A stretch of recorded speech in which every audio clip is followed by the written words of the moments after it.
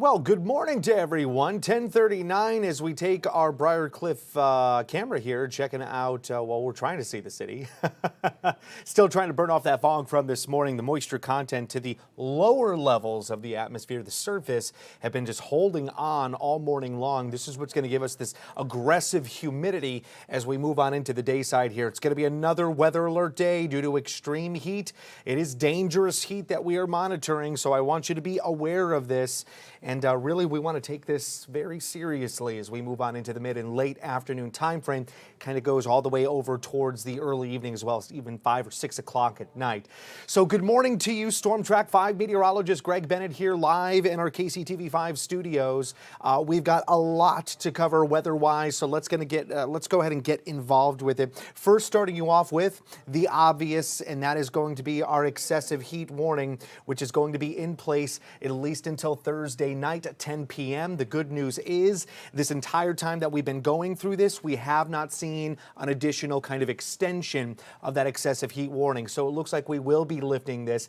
And I've got to tell you, when it comes down to our future forecast models, it definitely makes sense. We're seeing a drastic drop in temperature as we move forward, especially for the weekend. That's the good news. There's a little bit of a hiccup to it, which I honestly don't even want to call a hiccup because we kind of need it as well. And that's going to be rainfall, showers, storm activity. That's what's going to be popping on up for us. But let's go ahead and get back involved with this because, again, it is a dangerous heat situation for us today. And this means that we are going to be getting into some significant feel-like temperatures. It's already through 10 a.m. We're already looking at the opportunity for around 100, 101 degrees. But when it's all said and done, we could easily achieve up to maybe 114 or 115 as a feel-like temperature, right? That's the combination of the air temperature in regards to the humidity, the moisture content to the atmosphere. You put the two together, you get a temperature that feels hotter than it actually is out the door. And that's what we've got going on here for Tuesday at 114 degrees. Now,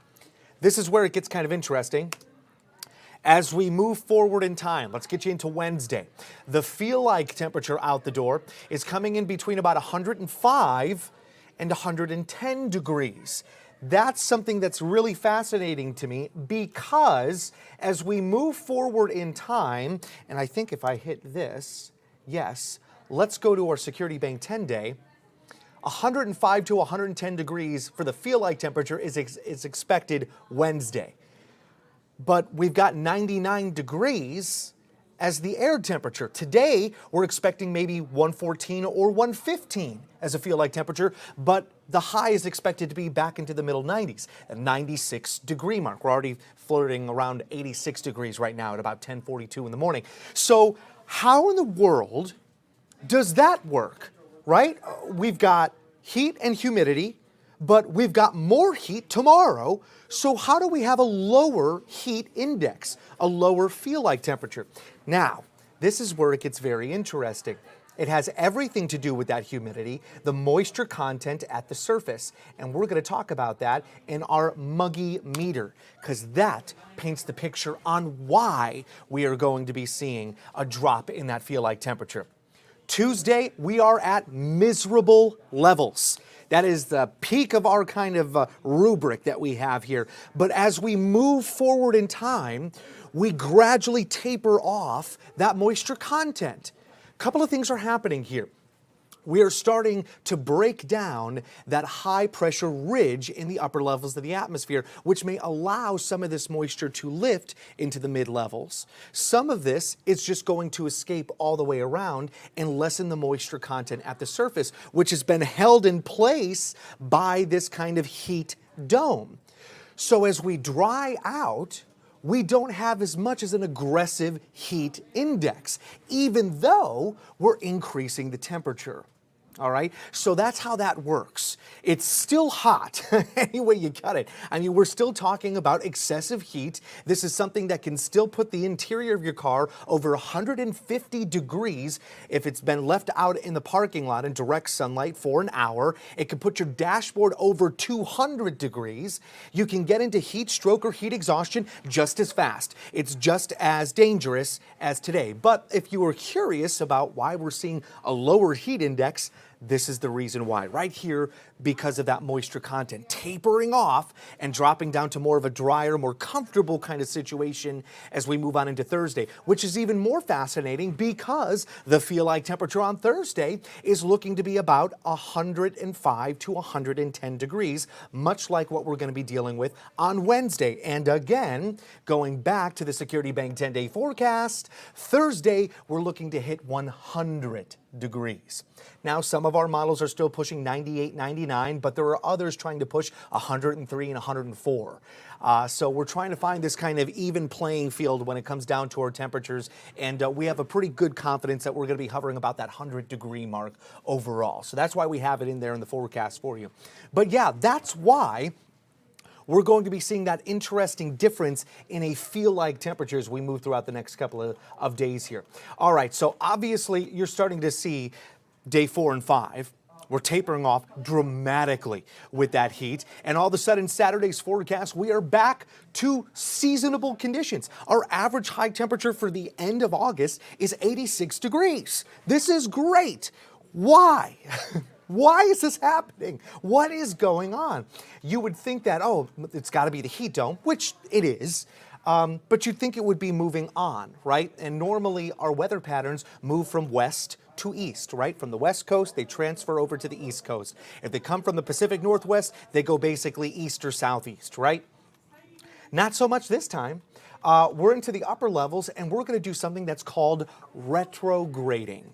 Okay, retrograding means basically you're going against the normal flow of things in the atmosphere. So we're going to go in the opposite direction is what basically happens here. So instead of going west to east, we're going to have this heat dome go from east to west. And that's what's exactly going to happen for us within the upper levels of the atmosphere. We start to pull away that heat dome back to where it belongs, which is the desert southwest. And that will allow us to kind of get the talons of this extreme heat lifted away from the Missouri River Valley and transfer it more towards areas such as New Mexico, portions of Texas, Arizona, and Nevada, even portions of Utah. So what happens for us is by Saturday, we finally see the normalcy to our outlook. And then, as you can see, that little dip that we've got there, maybe off around Toronto and Quebec, off around, obviously Canada, that's going to deepen a bit further for us and allow for some of that cooler kind of air to come in. But it doesn't come in with just cool air and a northerly track with our winds. No. It does come with a storm system that we are going to monitor. Now, the flip side to it is that we drop temperature significantly, and what we look to see in the next several days here, especially Sunday. I'm so excited about this. This is our forecast for high temperatures. Now, depending on the coloration on the map, if you get a blue color, you're going to be below average. If you're going to get an orange or a yellow or a red color, you're going to be above average. And there's Kansas City in this lighter blue coloration. It's going to put us at about 3 to 5 degrees below average, meaning instead of being at 86, which is the average, we're going to be pulling like 82 or 81 degrees as we move on in towards our Sunday and even Monday's forecast of next week. So there's a light at the end of the tunnel. That's what I want to let you guys know about. That's the exciting news here. But we still have to go through this dangerous heat. This is why schools have been letting out early, and in fact, many of them are going to be out within the next 15 minutes or so. And I think some of the younger students will be in until about lunchtime today, which is a good idea because once we hit about lunchtime, we're talking 91 to 92 degrees outside and the feel like up around 105 to 110. So well worthwhile. Now, on top of all of this heat, I want to get into this too. It's our air quality. And we do have an air quality alert for today. And this is all due to what we call ground ozone. There's a couple of things that create ground ozone. One of them is our own wear and tear particle pollutants that we create right here to the metro. But a lot of this is naturally based from sunlight and heat. And we're going to be seeing a lot of that ground ozone created because of this heat dome that we've got here across the region. Hence why we have that air quality alert, and we're expected to drop our air quality down to unhealthy for sensitive groups. So if you need to get things done and you're hanging out with me on your smart device right now, get it done now. That's outdoors. Once we get into the mid and late afternoon, you really want to limit your outdoor activities. That goes for construction workers, that goes for gardeners, all of that kind of jazz. Trying to get everything done now within the morning time frame is best, because this is going to be your cool spot. As we even move on into about 10 o'clock at night tonight, we're talking temperatures around the lower 90s. All right, and feel like temperatures still upper 90s and maybe 100 degrees or 101 degrees as that feel like. So it's definitely still going to be hot even as the sun sets for us. So you got to take that into consideration. All right, so that's what we've got going on with weather. I'm going to bring up our satellite imagery.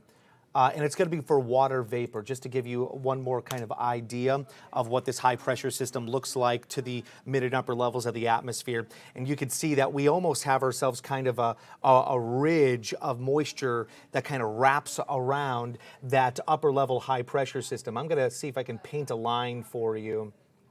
There we go. Let's see if I can paint a line. You can see how it kind of just goes up and wraps around this high, doesn't get involved with it, can't really get involved with it, can't get inside that dome, and it goes around and it comes out of the jet stream there to the upper levels and starts to move up.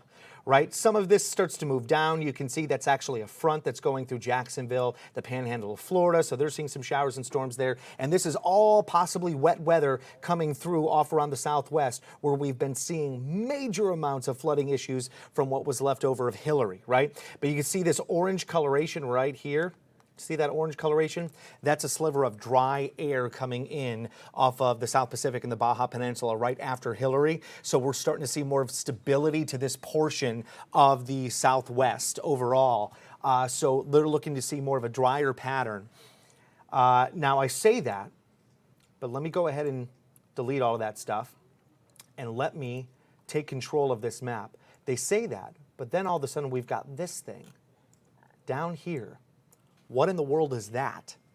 That, my friends, is yet another tropical storm that came in, snuck into the Gulf of Mexico, and very quickly became Tropical Storm Harold, which is now off around Padre Island, Corpus Christi, coastal areas, making impact to South Texas. Now, that moisture obviously is going to stick to South Texas, but then wrap around that bubble of high pressure right back into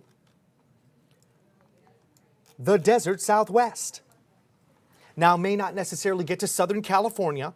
It may not necessarily get to Las Vegas, Nevada, but Phoenix, Arizona may be a part of this. Albuquerque, New Mexico, Salt Lake City, Utah, Denver, all getting into some tropical moisture all within the next, well, we'll call it the next 24 to 48 hours.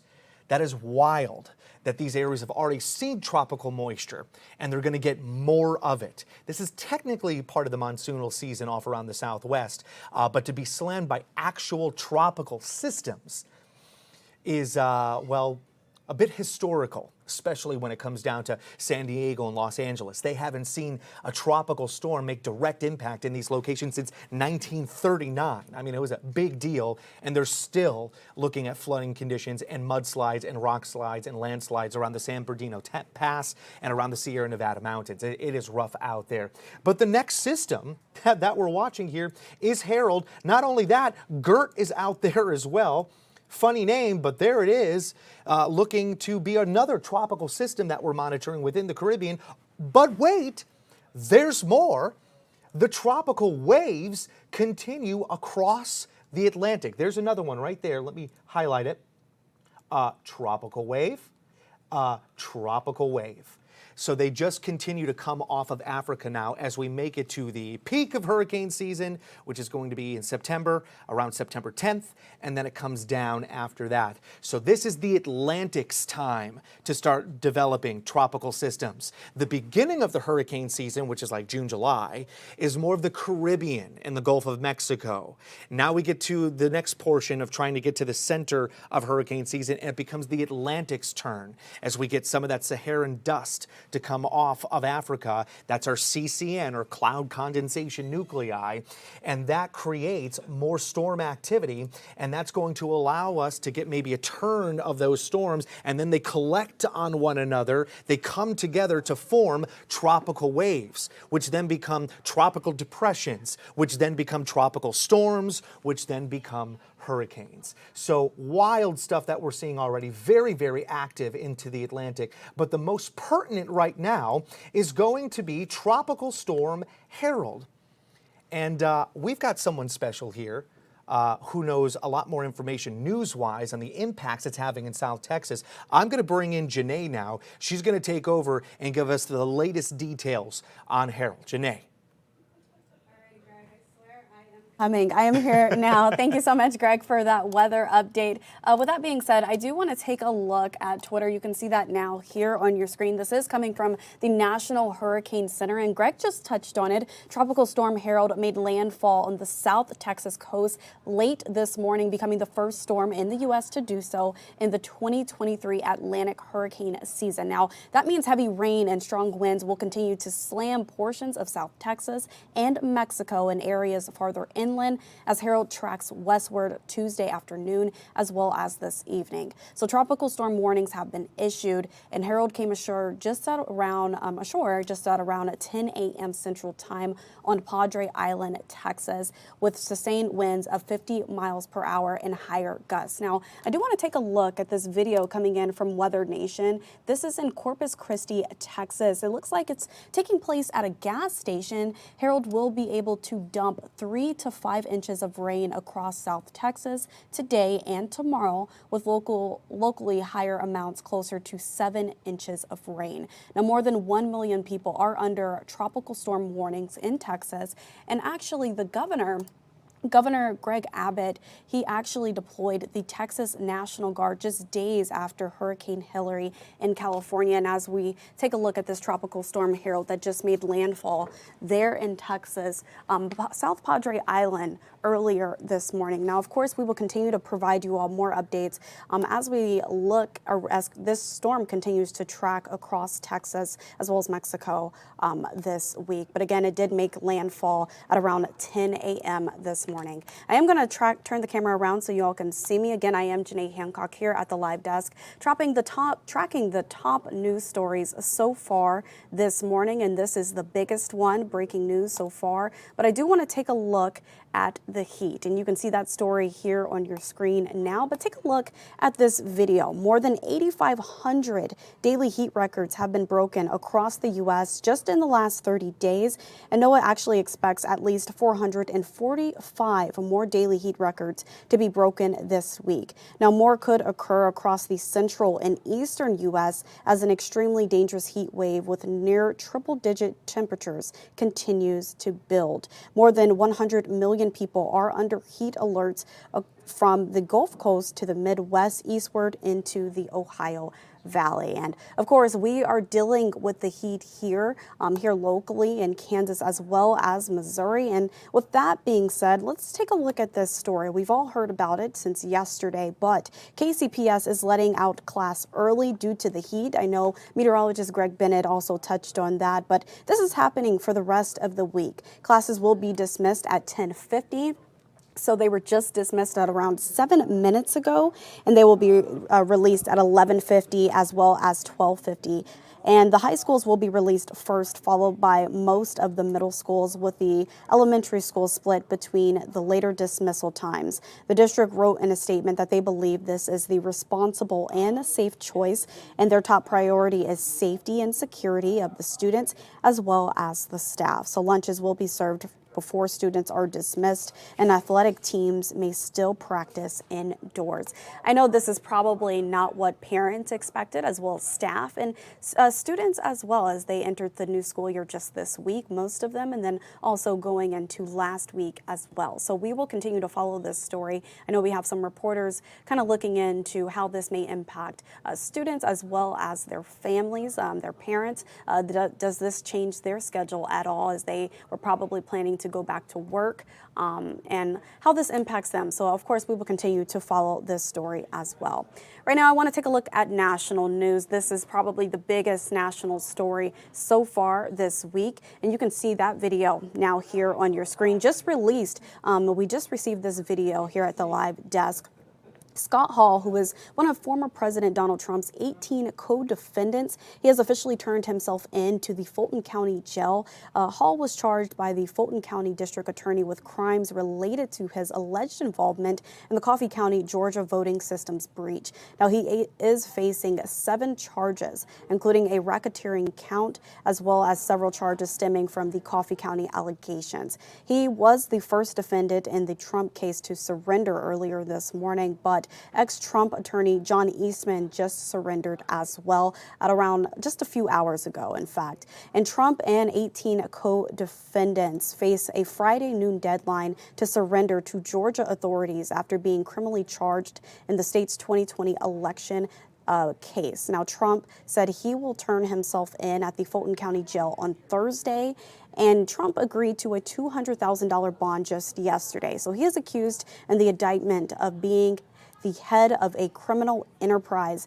This is his 4th time being indicted so far this year, and Trump is expected to surrender one day after the first Republican presidential debate, an event he has officially decided that he will skip. But as you can see here, I do want to take a look at where we stand.